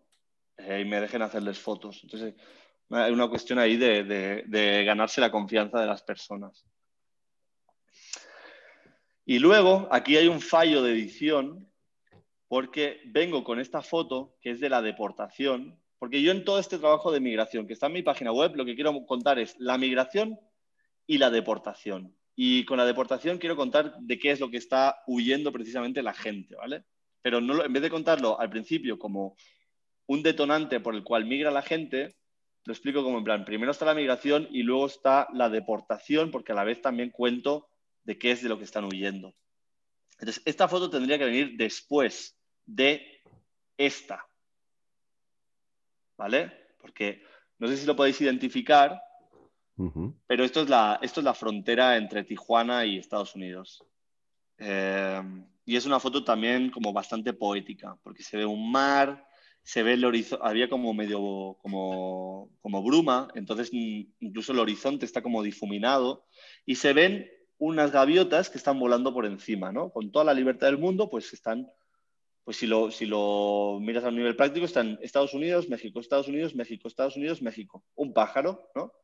Pero luego, para las personas humanas, hay una barrera física de metal que te prohíbe cruzar al otro lugar, ¿no? Pensémoslo fríamente, ¿no? Una estructura de metal física que no nos permite cruzar al otro lado. Me parece como muy impactante. Y esta también es la frontera que se mete adentro del mar, ¿no? Entonces, pues si lo piensas, si reflexionas un poco sobre esta idea, a mí me parece muy fuerte, ¿no? Sin ningún motivo. Pero bueno, el caso es que para mí, para contar el final de la migración, después de esta foto de los migrantes soñando en cómo llegar a Estados Unidos y tal, se encuentran con esta realidad, que hay un bloqueo, que hay una frontera, que hay un muro que no les permite entrar, ¿vale? Y luego, con eso, retomo a la deportación. ¿Vale? Se encuentran con ese muro y ¿qué es lo que sucede? Que la gran mayoría de ellos van a ser deportados, van a ser regresados al país del cual huyeron. Uy, ya me estoy pasando, pero bueno. Y esto es Guatemala, otra vez, el aeropuerto de Guatemala, el típico avión de migrantes, y los migrantes, pues muy avergonzados por su situación de deportación, porque no lograron triunfar en Estados Unidos, pues vienen aquí y la mayoría se están tapando la cara. No es por el sol, sino que es porque de verdad les da mucha vergüenza. Y entonces, una vez llegamos a Guatemala y a la deportación, quiero mostrar qué es la realidad a la que vuelven, ¿no? O de la cual huyeron. Entonces, bueno, una imagen un poco panorámica de los barrios peligrosos de Guatemala, pues estos se le llaman un barrio que se llama El Limón y está todo lleno de casas así fabricadas de cualquier manera, techos de lámina, y bueno, ahí es donde viven todos los pandilleros, donde la policía ni se atreve a entrar, etcétera, etcétera. Luego tenemos aquí un piloto de un autobús, del típico autobús que lleva a las comunidades o los buses con el que tú dices, bueno, pues de Badalona me quiero ir a Tiana, pues pillo el bus, ¿sabes? Bueno, pues aquí tenemos el conductor que una semana antes le acaban de pegar 2 tiros en la ventana, ¿sabes? Y hasta ya tiene como las evidencias de la policía, que esto es como lo de los milímetros, y entonces dicen, bueno, pues 9 milímetros, pues entonces corresponde a este arma y tal. Y es una imagen como bastante apabullante, ¿no? Un tío que va tranquilamente conduciendo su bus y no ha tenido tiempo ni de reparar los 2 plomazos que le han pegado en la ventana, ¿sabes? O sea, el tío todos los días que va a trabajar tiene que ver que le han pegado 2 tiros que están tratando de matarlo y él que debe ganar 300 euros al mes para vivir, ¿sabes? Entonces, una imagen bastante representativa. Y luego tenemos esta imagen. Es muy fuerte, ¿vale? Es una imagen de un niño fallecido. Y la historia de este niño, que se llama Felipe Alonso, es un niño que emigró a Estados Unidos y que cuando ya fue detenido por el ICE, por los agentes de migración de Estados Unidos, pues con la política de Trump que hubo estos años, desde 2016, pues las políticas de ellos eran agarrar a los niños y meterlos en cárceles prácticamente, en las comúnmente llamadas hieleras.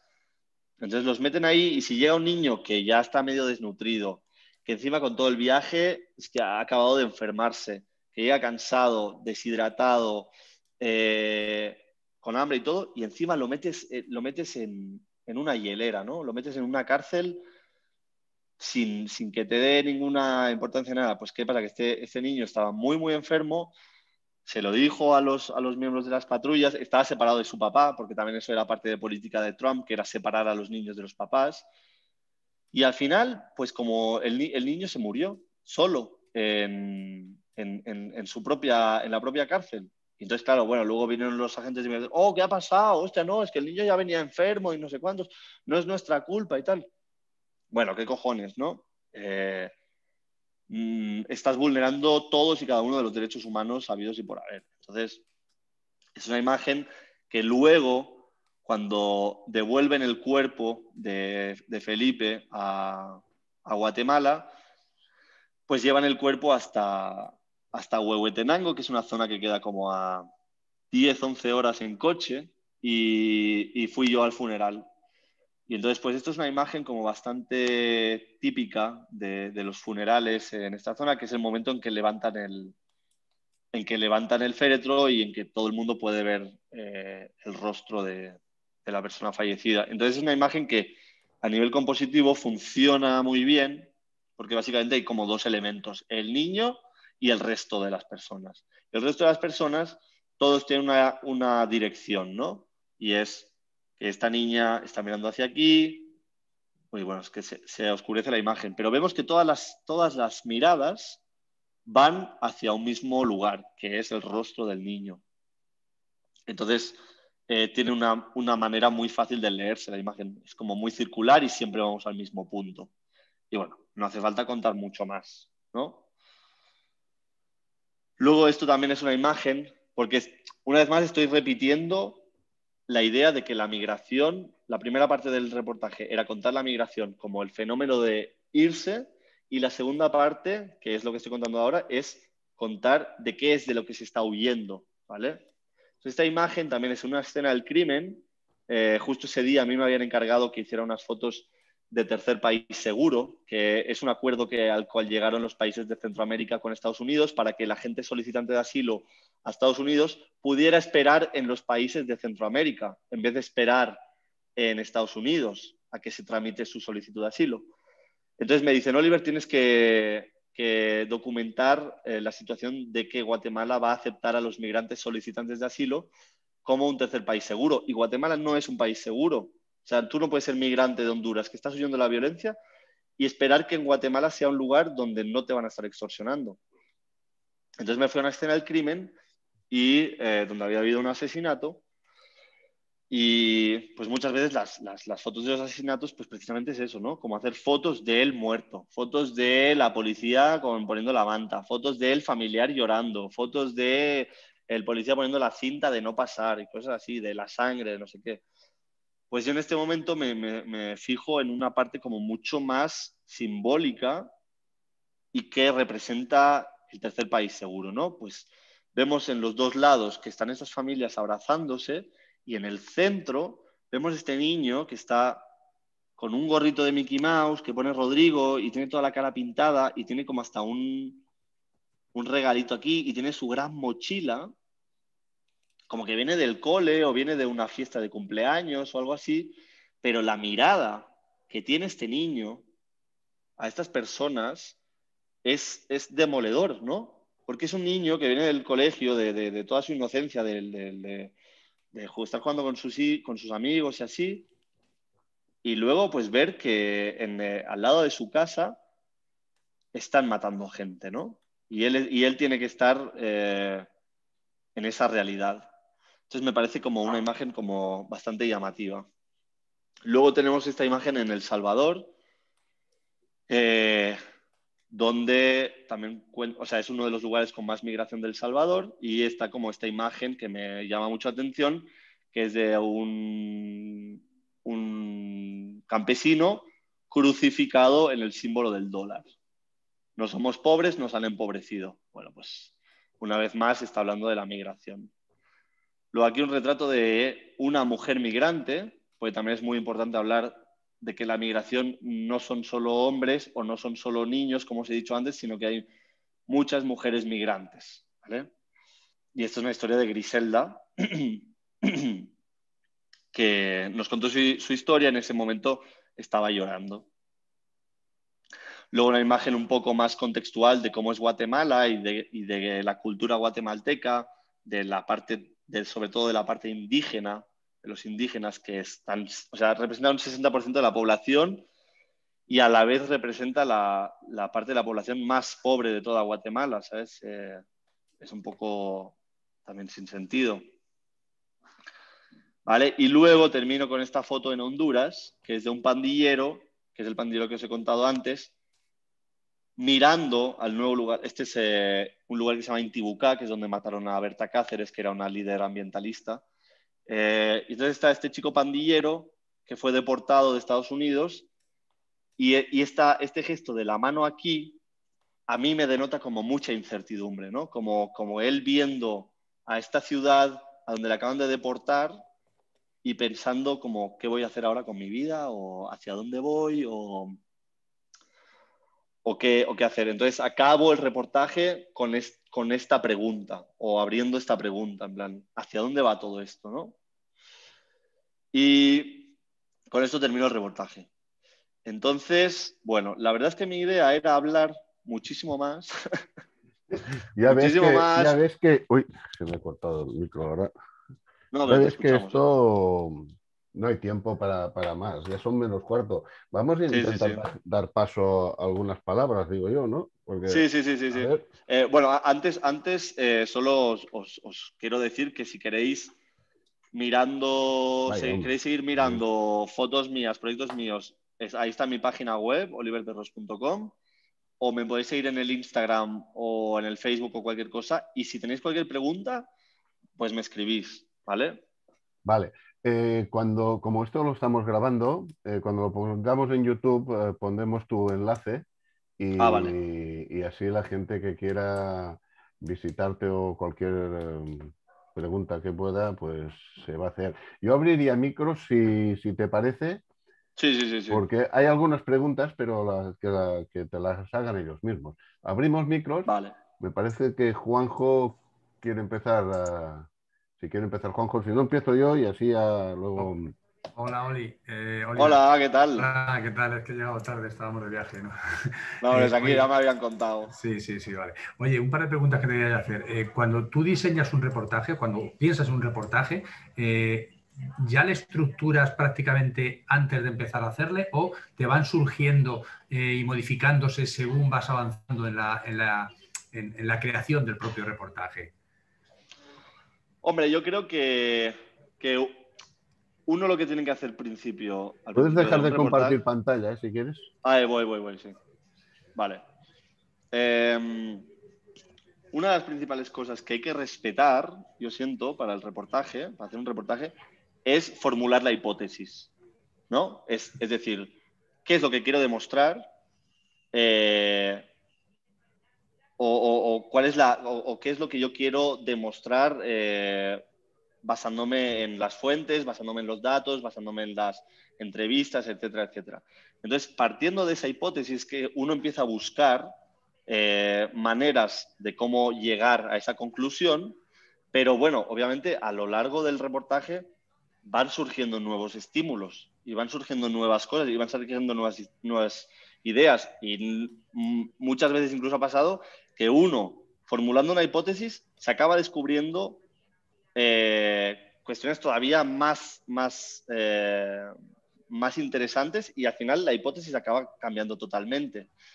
Entonces yo te digo que, respondiendo a tu pregunta, es como que partes de una idea, pero te tienes que adaptar y moldear mucho y sobre todo como dejarte fluir con la propia historia, ¿no? Hay muchos periodistas que ya llegan al lugar con el artículo hecho y lo único que quieren es un par de citas de algún entrevistado para incluirlo, pero además son citas que ya son buscadas. En plan, no me digas esto, dime esto, ¿sabes?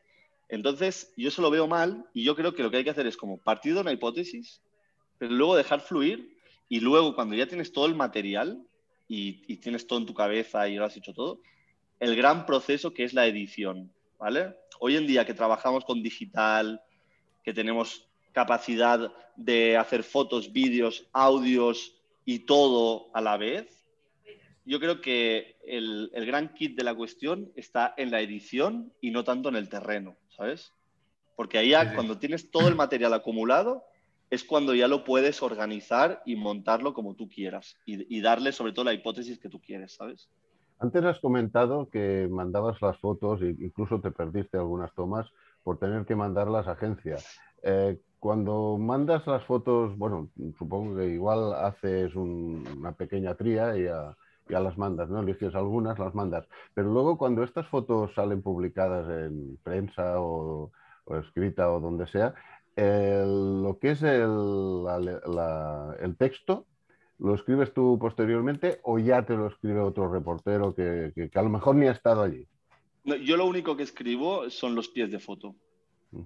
Porque, o sea, las agencias lo que tienen que manejar es tener a un reportero, o sea, un periodista, a un fotógrafo y a un camarógrafo en cada país del mundo. Entonces, yo como fotógrafo a lo que me debo dedicar es hacer las fotos y luego explicar en el pie de foto de una manera muy, muy resumida lo que está pasando. Y un pie de foto se divide básicamente en 3 puntos, que es uno, la información que aparece en la imagen, en plan, pues si aparece una persona corriendo, dices, una persona está corriendo por la playa o está entrenando en la playa, o sea, lo que aparece, porque luego esas imágenes con el tiempo tenemos que ubicarlas, ¿no? Luego la segunda parte del pie de foto es ubicarla en tiempo y lugar, ¿no? Pues día tal, de la fecha tal, del mes tal, del año tal, en la playa de Masnou Barcelona, Cataluña, España, Europa, bueno, lo que sea. Y luego la tercera parte del pie de foto es la que explica brevemente la información contextual, ¿no? Pues podemos se han levantado las restricciones por la cuestión del coronavirus, algunas personas están empezando a salir a entrenar en la playa, ¿sabes? Entonces le das un poco de información contextual. Pero eso es todo lo que yo escribo. No... O a veces lo que pasa también es que si yo estoy en un lugar y no hay ningún reportero, me llaman a mí, a veces me han llamado de México o me han llamado de Estados Unidos, y yo al periodista que está al otro lado del teléfono le voy contando todo lo que yo voy viendo. Digo, bueno, pues he visto esto, he hablado con esta persona, me ha contado esto, me ha contado tal y tal y tal y tal y tal. Ese periodista escribe la nota, pero la firma me la llevo yo. Sobre todo con agencias, porque agencias escribe muy como un teletipo. O sea, como las agencias no se pueden posicionar políticamente hacia ningún lugar, tiene que ser muy llano y muy frío la manera en la que escriben. Entonces, como muy formal, no dan margen a escribir de ninguna manera. Entonces, ¿Cuál es el así, ¿no? trabajo que te hayan publicado o algo así, que estés más satisfecho, que te haya llenado más? Uf. ¿Gustaría? Bueno, podríamos decir que estas fotos de la caravana del 2018 pues tuvieron como mucha repercusión porque Guatemala la verdad es que no le interesa a la mayor parte del mundo, y esos días sí había sido como el centro de información en todo el mundo, y lo que estaba pasando. Y a mí pues me hizo como especial ilusión que la foto que hemos visto antes de los chicos saltando la de La esto, alambrada, la valla aquella. la alambrada. Me los voy a enseñar un segundo. Esta. A ver.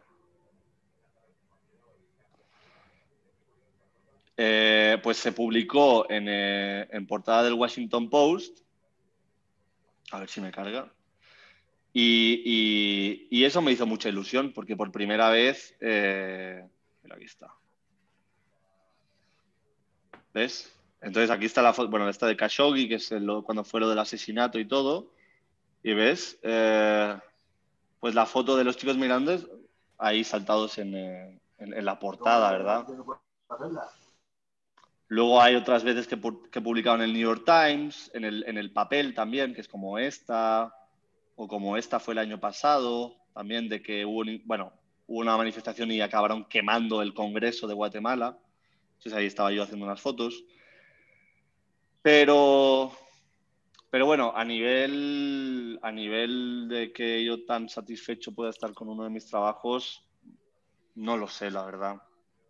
Tal vez el de la catalana es el que más cariño le puse porque era como mi primer trabajo, y estuve ahí 3 años metido sabiendo que yo ese reportaje no lo iba a vender a nadie, no tenía clientes por entonces, ni nadie a quien vendérselo. Y yo, sin embargo, todos los meses yendo ahí a ese lugar, y mis padres me decían, ¿qué coño estás haciendo yéndote a la mina a hacer fotos? O sea, ¿por qué no puedes hacer fotos de otras cosas, no?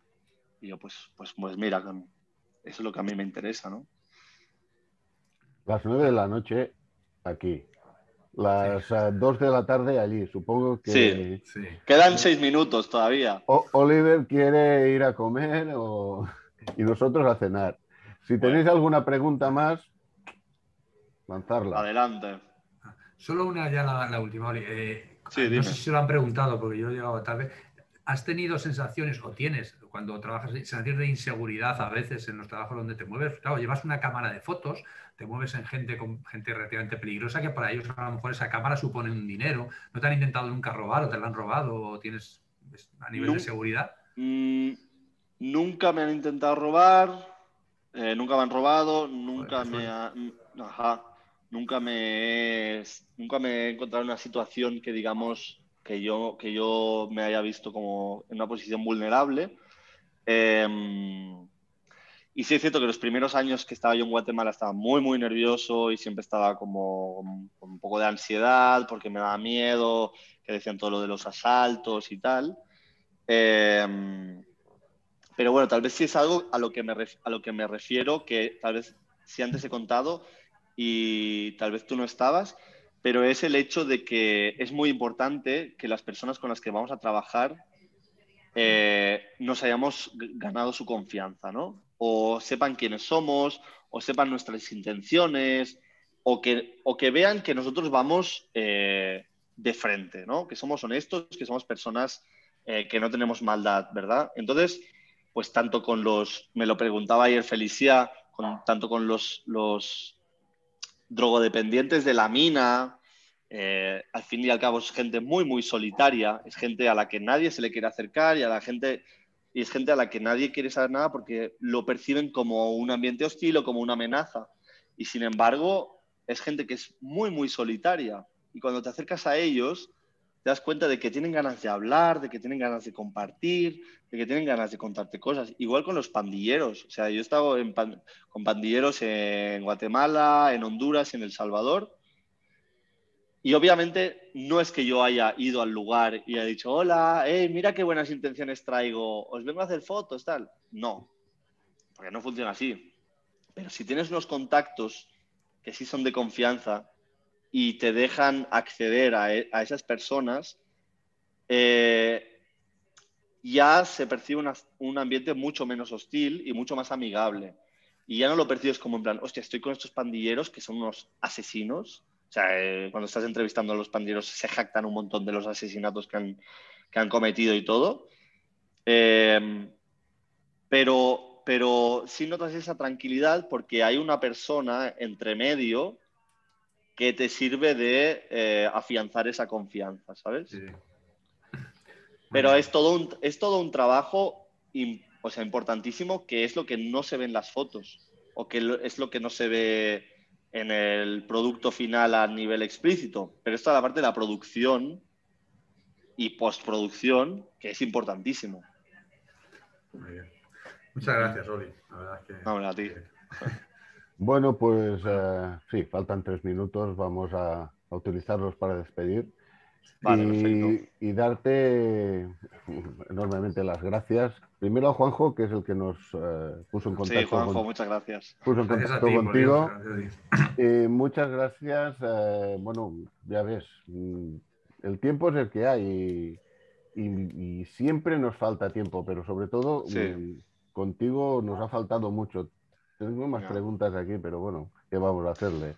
Bueno, si otro día no tenéis a nadie interesado en venir a exponer otro viernes, pues me venís y yo sigo con mis trabajos ahí y Lo seguimos. siento mucho, pero lo has dicho. Por lo tanto, esto ¡Adjudicado! lo repito mucho. ¡Adjudicado! Sí, sí, Vale, de momento tenemos hasta finales de mayo completo, pero te voy a llamar vale, para vale, ver yo si en encantado. junio hacemos alguna cosa más. Muy bien. Muy agradecido, muy agradecido. Sigue con tu cámara. Es una lástima que hayas cambiado de Nikon a Canon. Es una lástima. Pero bueno, te lo perdonamos. Los de Nikon que se pongan más pilas y que hagan cámaras más robustas, ¿eh? Que si no... Bueno, no llegaste a las 850, es buena. Bueno, sí, eso es cierto, eso es cierto. Me han dicho que es de las Pues mejores. agradecértelo mucho. Sigue con tus cámaras, con las que sea, incluso si hace Sí. falta Olympus, y darnos este gustazo con las fotos que haces y estos reportajes, porque la verdad es que yo al menos he disfrutado mucho y Qué es bien. una envidia sana poder hacer este tipo de trabajo y poder vivir de ello. Enhorabuena, Oliver. Bueno, ahora sí. Enhorabuena y muchas gracias. Y Bueno, tomamos muchas gracias a nota, vosotros. tomamos Muchas gracias a nota vosotros. y Gracias por todo, Oliver. volverás. Vale. Muchas Sí, sí. gracias, Oliver. Cuando queráis, me escribís por el Instagram y si no, nos volvemos a ver pronto, seguro. Venga, gracias, Oliver. Venga, un placer. Venga, Un abrazo muy Adiós. grande a todos. adiós. Hasta luego. Chao, chao.